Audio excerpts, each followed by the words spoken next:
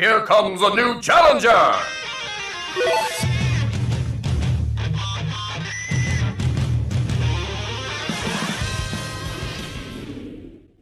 Hello everyone. Because of things that are going on in my life, this video is going to be more so a rant and me just talking from the heart essentially about Smash speculation. And I know I've been making a lot of Smash content. I know people want to see more from me that isn't just Smash, but right now I can't really just make something like that. I usually want to make big discussion videos on Saturdays. I hope to make it a Saturday thing. It's just something that I have to plan ahead. I do want to make like videos on, like, say, Attack on Titan, for instance, and now that it ended, my thoughts on the series, at least when it comes to the side of the manga, because I know things are different with the anime, especially like when I read the manga, I'm like, wow, there are things missing here that I saw in the anime. Like, they probably changed a few things, and they did. So I plan on making videos like that in the future, hopefully, and I hope that you enjoy those. But for today's a special different type of video in which I just basically discuss my thoughts on the community as a whole for right now, at least the speculation side, because obviously when it comes to the competitive side, it's very hot water nowadays, especially with everything that's been happening. So instead, I just want to talk about something that has affected, because of all that, has affected the speculation side and all this sort of stuff, and how people feel about DLC, because nowadays there are literally just comments or Twitter posts or whatever. It's literally just the same thing, no joke.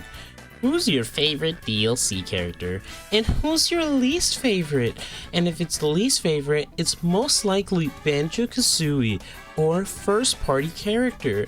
And then Min gets trending again. So, it's very annoying when that sort of stuff happens. I'm just like, oh, come on, dude, like, really? Like, we've already talked about this for like 2 weeks now, come on. It gets super annoying because it's the same threads over and over again. But so let's talk about that part first. The characters actually getting in and people's reaction afterwards, because when it comes to it, people may speculate Smash, but once the character is in, it's a whole different story. I mean, everyone wanted Ridley, and ever since Ridley was confirmed and the game came out, no one's been talking about Ridley. I mean, I've talked about Ridley before in my Smash analysis, talking about why people don't talk about him, and that's because it's not that great of a character, right? Because once the character's in, if the character isn't the way the people hoped for, well, then they get upset over it, which is stupid. Like, for instance, with BanjoKazooie, perfect example. People wanted Banjo. A lot of people wanted Banjo. And if you know anything about Banjo, you got the eggs, you got your egg, and you got the grenade egg. You also have the other type of elemental eggs, but in First Smash, they mainly focused on the normal egg and the grenade egg. And essentially, they kind of formed this weird zoner type character that once he essentially gets a hit in with any of these projectiles, he can get crazy combos and setups. And Banjo's a very technical character. He's very in depth. He's much more than meets the eye, essentially, for people that really don't give these characters a chance. But because initial impressions is, my gosh, I can't believe they made BanjoKazooie a zoner. He's so boring to play and boring to play against. Every time I go online, I can barely react to any of his projectiles, and even though I can totally punish Side B offline, I can't do it online. So this guy's just an online warrior too. I can't believe it. Sakurai ruined my favorite character of all time. And it's just sort of like, what do you expect in terms of his design? When you have to think about Smash isn't just about having these characters that we love in, right? It's about capturing that essence of the character, right? That's why people have so many issues with characters like Ganon and Sonic, because even though they're the characters, they're not really what they should be representing, right? Like, people may love Ganon's moveset, but at the end of the day, does it fit Ganon? And that's always sort of been people's issues with Ganon. The same with Sonic. Sonic's moveset Sonic's moveset is sort of like Sonic, but the way they portray him in Smash's personality is so hollow. It's so empty, whereas Sonic in the games is super, expressive and cracks jokes every once in a while, and has that sort of coolness factor to him. I mean, at least when it comes to the adventure games, right? Like, I think adventure games are up to like Black Knight is like peak Sonic writing and how Sonic is portrayed, but you don't get that feeling in in Smash, right? Sonic is just an empty shell, which is unfortunate. That's why people have issues with those two characters in particular. You know, those are the two characters above all else. If you ever make a post about like who needs moveset changes, it's usually those two that you'll hear about, because they don't feel like they're the characters that they're using, right? Whereas like characters, especially with the DLC characters feel exactly how you expect them to be, but because they're exactly what you expect them to be, people don't like that, right? You know, Banjo, everyone hit the nail on the mark when Banjo came out, because everyone felt like he was definitely designed, like if he was planned for like melee, it definitely felt that way, right? Like he feels like a melee character in terms of his design, because outside of his special moves, his normals are very, well, normal. It's similar to what characters like Mario or Luigi would have had during melee, right? Or characters like Fox. Like his base normals feel very much of that era, whereas like characters nowadays have like all these crazy gimmicks even with their normals, right? And then the only thing gimmicky about Banjo was really just neutral B, right? And I guess side B, but his up B is pretty standard, and down B is like, I mean, it's just a projectile that comes out, you just grab it and throw it, that's it, you know? So it's very much like a basic character, but because, you know, he was designed a certain way, people gotta have issues with him, you know, no, we can't have fun here. And then obviously, because DLC is DLC, people want the characters that they want, the characters I deserve to have. First parties, Violet. Now I will say that Biola post about, you know, Guys, there's like another DLC pass, so let Fire Emblem fans be happy. that was stupid, all right, but you can't hate Biola because he's just, oh, it's Fire Emblem, so I have to hate it, right? Yeah, I mean, obviously the line goes, you can't really hate a game that you never played, but also like think about Three Houses for a moment. Like around that time frame when Biola was revealed, Fire Emblem Three Houses, I think, became the best-selling Fire Emblem game of all time, was fan voted the best game of that year, which was, I believe, yeah, 2019, was fan voted best game of that year. All right, no other game, right? It beat Smash.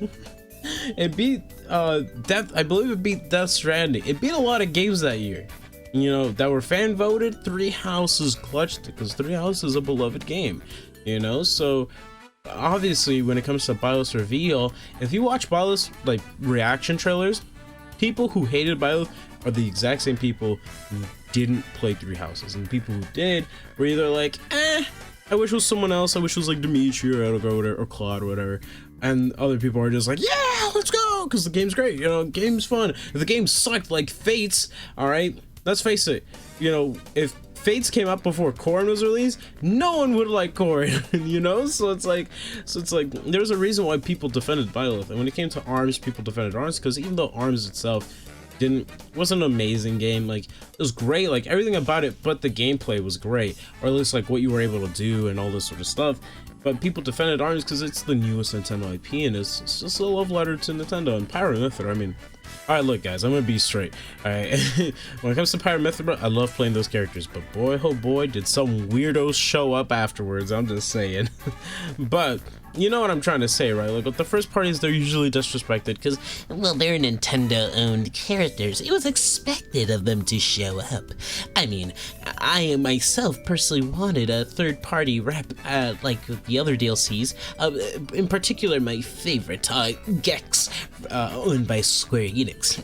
And Sephiroth, who's that? but no, like when it came to the DLC and characters being chosen, once they sort of get in, like once they lose that initial hype afterwards, like from their trailer, it's really all about their gameplay at the end, right? Min is like Min can be pretty boring and can be pretty frustrating to fight against. Pyromethra, you know, everyone seems to love playing them, but I haven't seen many people be fond playing against them. And with Sephiroth, I mean, everyone loves Sephiroth because it's Sephiroth, right? You know, especially with Nairo coming back and him just showing off like all these cool things you can do with Sephiroth that no other Sephiroth player has been doing. Like, I'm just saying, yo, that Sephiroth kind of spicy a little bit, you know what I mean? But so when it comes to the DLC, when a character cuts in, once they're out, it really just depends on how fun are they to play and all this sort of stuff, and people's interpretation of how the character should have been, right? You know, when people saw Banjo, it's like, oh man, I can't wait. I'm so excited. I waited so many years. And then once he comes out, people are disappointed because it's not the way that they'd hoped he'd be, right? So with that being said, you know, when it comes to the character coming in, temper your expectations, of course, because even if it is your favorite character, like for instance, I want Ryu, or no, better example, I wanted Mega Man in Smash during the Smash 4 era. I got Mega Man in Smash, right? It was, I believe, the second character to be announced, the second newcomer to be announced, and I was so happy. I got a 3DS, I got Smash 3DS, I was so excited to play Mega Man, I was so excited to play Pac-Man, and then I couldn't play those characters, you know what I mean? But that's to me, that's not because they're badly designed, it's just characters that I myself am not accustomed to using, right? So let me put it in that sort of perspective. But of course there is that process of characters coming in before, you know, they're even shown, or, you know, characters that we guess may or may not show up. We all have reasons to believe why a character may or may not be in the game, but I feel that some of them are just plain stupid. I mean, let me put it this way. We have people in this community who will basically be like this. I really like Crash Bandicoot. I want Crash Bandicoot because he's a third party that is very iconic, and he has had an impact with Nintendo because of Sony and his relation with the PS1, so he'd be great. And then someone comes in, you know, with, it's just like, hey, I just want Master Chief, and, you know, Master Chief, I think he'd be pretty cool. You know, he was associated with the Xbox, and the Xbox was a competitor to Nintendo alongside with Sony, and, you know, it'd be very great to have this console rivalry represented in Smash. You know, I think it'd be great. No, he wouldn't work because he's not Crash Bandicoot. Or, no, that wouldn't make sense. Like, why would they have Master Chief? After all, we already have 2 Microsoft characters in the DLC. Why would we get a third? And besides, if past 2 is the only one left, then, well, we already got Steve, so we can't have another Microsoft rep. It's just impossible. Which, speaking on that, you know, I've always hated when people say that. Oh, we can't have another Microsoft rep because we already got one. At that point, you're not valuing the franchises. Like, you don't care about the franchises, you just care about what companies are being represented. Alright? Me personally, we could get an entire pass of nothing but SNK characters, alright, from different SNK franchises. I'm talking, you know, Terry obviously, but like Marco from Metal Slug, Rio from Art of Fighting, you know, Ralph Jones, or was it, no, it was Clark, whatever, Ralph and Clark, Akari Warriors. I get their last names mixed up all the time. But you know what I'm saying, right? Like, we could have an entire pass of those, so you know what? I'd be like, yay! It's like, oh, but that's because you love SNK, isn't it? It's like, no, I mean, yeah, I love SNK, but I love those franchises, and I value those franchises, you know, because they're franchises. I don't care what company owns them. Literally, any company could have owned those characters, and I would have still been ecstatic because, you know, it's not about the company, it's about the IP, the franchise, the impact that franchise has had. If Master Chief got into Pass 2, I feel like a lot of people are going to be whining because they're like, but Steve, we already got Steve. Like, we can't have another Microsoft rep, please. Like, you know, it's so annoying having that conversation because you have to, you again, like I said, you're not considering the franchise. You're not thinking about the franchise, you're just thinking about company representation. And while it's always nice to have more companies represented in Smash, at the end of the day, it's not about what company's being represented, it's about the franchise, the series. These video games, you know, they've made impacts, you know, obviously the gaming industry, but, you know, even in the outside world, like Halo, for instance, you know, big multiplayer game at that time, you know, and a lot of people loved playing Halo. So if Halo got in, like, what are you gonna tell me? It's like, oh, he's just a Microsoft rep. Like, he has no impact. Man, if you guys could see my face, I'd be making faces when I do those voices. But anyways, you get my point, right? And so, like, when it comes to it, people have reasons to why they want their character in Smash, but they'll never give common courtesy to another character. For instance, I really want Contra. I really do. And I really want Ryu Hayabusa. Well, you can't have him. Why? Because he's not an NES icon. But he is. well, I mean, he's just a boring ninja, and your character's a boring soldier dude. What's the difference? Like, you know what I mean? Like you can make the same exact arguments for a lot of other characters, but because it's my character, I want it the most. You know, you're gonna have people that unfortunately are just gonna be like this and have this sort of mindset that they need to have what they want. I can't be optimistic about other choices. I can't think about any other choices other than my character. Even if another character literally suits everything that I want, all right, but because it's not, or like everything that I think deserves to be in Smash, if it's not the character that I personally want, then they should not be in.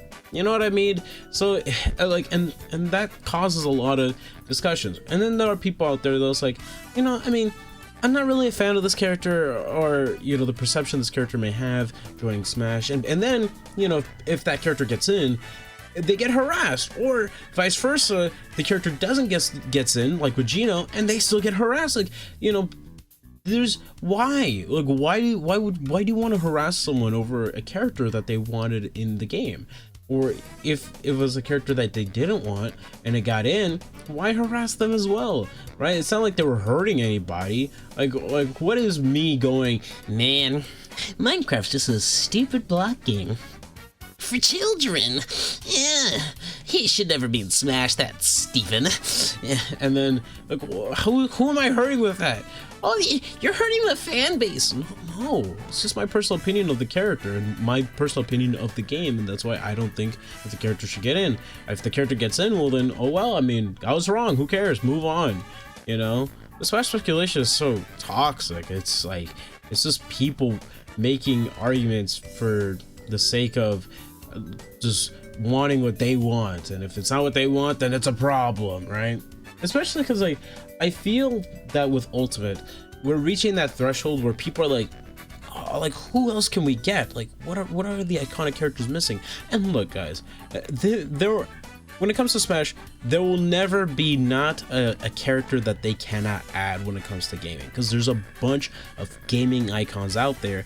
And even for Nintendo themselves, we could have literally had an entire roster of first parties, the same size that we're having right now, all right, filled with iconic Nintendo characters from series like Golden Sun or Advance Wars, right? Like, we could have like a bunch of just Nintendo owned series, all right, because Nintendo has a huge catalog of games, right, and franchises that totally deserve fighter representation, all right. So for those that are saying, oh, we're running out of characters to include, no, your imagination is what is limiting you to what characters could be added, you know. So there's that big distinction, of course.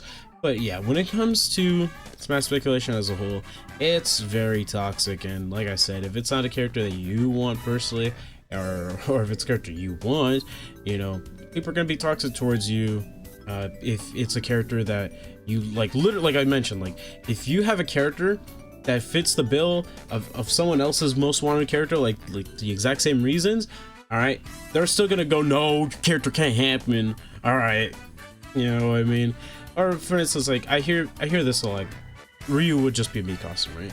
You know, even though I've been advocating for Ryu and all this sort of stuff, people say Ryu's would be a Mii costume. Monster Hunter's made a Mii costume, so why wouldn't Ninja Gaiden? But you know, it's because people see it as like, oh, this big franchise didn't get in, so why would Ninja Gaiden get in, right? Like people look at it like that. People don't look at the legacy of a franchise. And this is not to say that Monster Hunter doesn't have legacy, but you also have to understand it from like the creator's point of view, because the creators always have been like, oh, we want the armor, we don't want a generic hunter featured in these games, we just want the monsters and maybe like a character wearing the armor. Like in Dragalia Lost, for instance, they had a Monster Hunter event, and even though they had the cats and Rathalos and all this sort of stuff, right, when it came to the armors, they didn't have generic hunters. What they had was the characters from Dragalia Lost be in those armors. So like Berserker, for instance, Berserker's just like a guy in a suit, which is not really true. It's like a soul, for instance, and instead of inhabiting this purplish dark armor, he's now inhabiting the Rathalos armor. It's still the same character, he's just in the Rathalos armor. But they, like, I think outside of Marvel, I've never really seen them use, you know, the actual hunters featured in the games as like the character. It's usually just someone else being portrayed in that sort of armor. So maybe when it comes to Monster Hunter and Smash, maybe the creators are just like, we prefer them to be Mii costumes because that's the, you know, that's the way you can have the characters be customizable, and that way the armors are, you know, the armors are being used as what they are. They're just armors on a player character, right? So like, you know, you can't just think of it as like big franchise didn't get good representation, so why should little franchise get good representation? But you gotta think of it like context, right? Like Ninja Gaiden's a very iconic series. Ninja Gaiden has this very iconic ninja, you know, where, so it's like, oh, but because bigger franchise didn't get in, therefore, you know, Ninja Gaiden can't get in, right? Or like, for instance, like with Arthur, if Arthur wasn't revealed as a Mii costume, I would have said to you that Arthur, Bill Riser, and Ryu all have just as much of a chance as any other character in this game, or any other character to potentially make it in this game, right? Because he's, you know, Ghosts and Goblins, big franchise, got a new game, you know what I mean? So I really feel, personally, that when it comes to Smash speculation, it's definitely not a fun experience to go through at times, especially like when you want to propose theories and people just want to go against your theories, and then you tell them the reasons why their arguments against your theory doesn't work, or whatever the case may be, and then sometimes they'll either be respectful about it, or they'll try to, you know, try to be rude about it in some way. And that's not to say that's everyone, especially in my comment section. I have had a bunch of wholesome people versus like very minute people, like, right? But when it comes to like me and personal discussions, in like, say for instance Discord servers or on Twitter, I've just seen nothing but hate, like crazy hate. So I'm glad that my comment section is pure. But then, you know, I had like a moment like in my Sephiroth video where I said, oh, you know, I knew we were gonna get a Square Enix character, but I thought it was gonna be Gino, but it ended up being Sephiroth, so I was half right? Because like, you know, I got the Square Enix character prediction right, but I didn't get the actual character that I thought was what it was going to be right? Because I got Sephiroth was a Square Enix character, but I didn't get Gino, so I was like half right. I was like right there in the middle. You know what I mean? And someone comments, wait, how can you be half right? That's so stupid. You're stupid. I'm just like, what? You know? So yes, speculation can be a hassle, but I'm grateful for my comment section, because for those who don't know, I do read every comment. I do. You know, when I heart your comment, it's because I've read it, and it's because I liked your comment. You know, if I don't like your comment, you know, there might be something in there I don't like. You know what I mean? So, or at times I just respond. I don't always respond, but I do on occasion for comments that I really like, or like they bring up great ideas, or because of something like that. But with that all being said, I think I'm done ranting. This was quite a long rant, and I hope that, you know, you enjoyed listening to me and my stupid voices. But, you know, let me know your guys' thoughts on Smash speculation as a whole. Do you agree with me? Do you disagree with me? Let me know in the comments below. Like I said, I'll always be reading your comments, and I hope that you have an amazing rest of your day. Let's get to 1,000 subs before the end of the year. As always, I say that all the time. And you know what? Peace. I almost forgot to say this. Don't watch block content.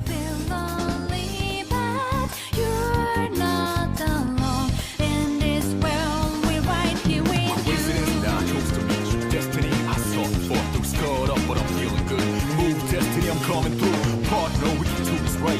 You're the fire, I'm the wind tonight. Burning dread,